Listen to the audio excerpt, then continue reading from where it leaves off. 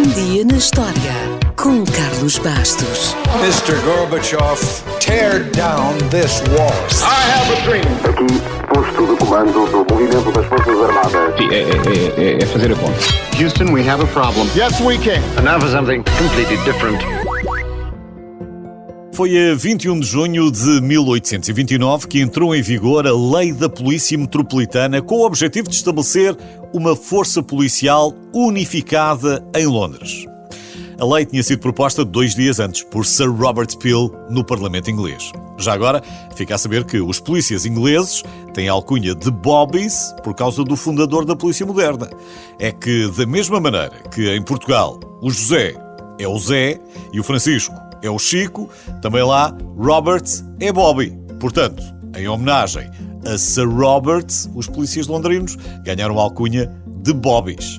Claro que já existiam forças mais ou menos organizadas que mantinham a ordem pública em Inglaterra desde o século XIII, mas a primeira polícia moderna foi esta, a Polícia Metropolitana de Londres, no primeiro terço do século XIX. No entanto, a história da polícia começou muito antes.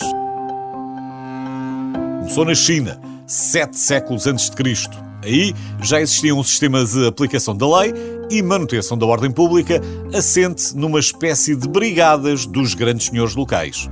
E é curioso perceber que esta polícia da China era consideravelmente progressista para a época, porque permitia, por exemplo, que mulheres, mulheres, fizessem parte das suas fileiras.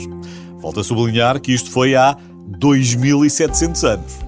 Na Grécia Antiga, alguns escravos, que fossem propriedade do Estado, serviam também como agentes de polícia. Em Atenas, por exemplo, existia um corpo policial composto por 300 escravos que mantinha a ordem pública em reuniões populares e em distúrbios e que era responsável pelas detenções de criminosos e pela guarda dos presos. Numa tradução mais ou menos livre do grego clássico, eram conhecidos como os portadores de varas. E não é preciso dizer muito mais para explicar, pois não? Já no tempo dos romanos, a segurança pública era assegurada principalmente pelo exército. Durante o reinado do imperador Augusto, Roma tinha quase 1 milhão de habitantes. E foi dividida em 14 regiões, protegidas por batalhões de vigilância. Os vigilantes, vamos chamar-lhes assim, atuavam como polícias, com funções que incluíam a detenção de ladrões e a captura de escravos, mas acumulavam também funções como bombeiros.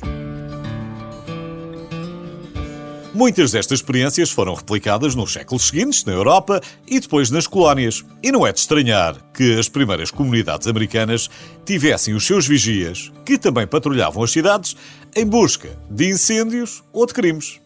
Originalmente, todos os cidadãos deveriam revezar-se, mas gradualmente o voluntarismo deu lugar ao profissionalismo.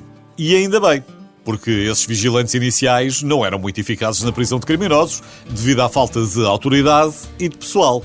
E era muito mais comum um grupo de homens juntar-se à porta da igreja para realizar um julgamento ou para ir capturar criminosos, como bem se lembra dos filmes de cowboys. Voltamos então ao princípio e a Sir Robert Peel, que criou as bases da polícia moderna há quase 200 anos e de onde evoluíram grande parte dos modelos que hoje existem.